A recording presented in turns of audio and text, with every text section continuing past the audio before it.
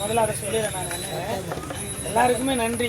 இந்த நேரம் வரைக்கும் இருந்தது. உண்மையை சொல்லணும்னா போராட்டம்னா கையெல்லாம் கட்டாதீங்க. 5 வருஷம் நடந்த போராட்டம், இந்த போராட்டம் மட்டும் தான் உண்மையான போராட்டம் நான் நம்புகிறேன். வேறு எதுவும் கிடையாது. எந்த தொழிற்சங்கம் பண்ணது கிடையாது. இன்னைக்கு இந்த தொழிற்சங்கம் பண்ணல, கேங்மனாக பண்ணியிருக்கிறோம். இந்த போராட்டம் மட்டும்தான் நம்ம இலக்கை போய் தொட்டுரு. நல்லா புரிஞ்சுங்க, நம்ம இலக்கை போய் தொட்டுருக்குது. அதுக்கான காரணம் நான் ஒன்று ஒன்றா சொல்லிடுறேன். இப்போ ஒரு 3-4 மாதமாக போராட்டத்தை பார்த்துருக்கேன். எவ்வளோ பேர் போராடிப்பாங்க. எந்த இடத்துலையாவது சேர்மன் கூப்பிட்டு பேசியிருக்காரான்னு தெரியல. வெளியில் போனவர் நம்மளை கூப்பிட்டு கிட்டத்தட்ட 2-2.5 மணி நேரம் பேசினார். அவருக்கு நிறைய விஷயங்கள் உள்வாங்கினார். ஏன்னா இங்கே இருக்கிற ஒவ்வொரு ஸ்டெப்பையும் அவர் ஆலோசனை பண்ணி எல்லா பேப்பருமே எங்கள் கண்ணாடியோ ஒவ்வொன்றா ரெடி பண்ணி எங்களை வச்சு ரெடி பண்ணி வச்சு ஃபைனலுக்கு வந்துடுங்க.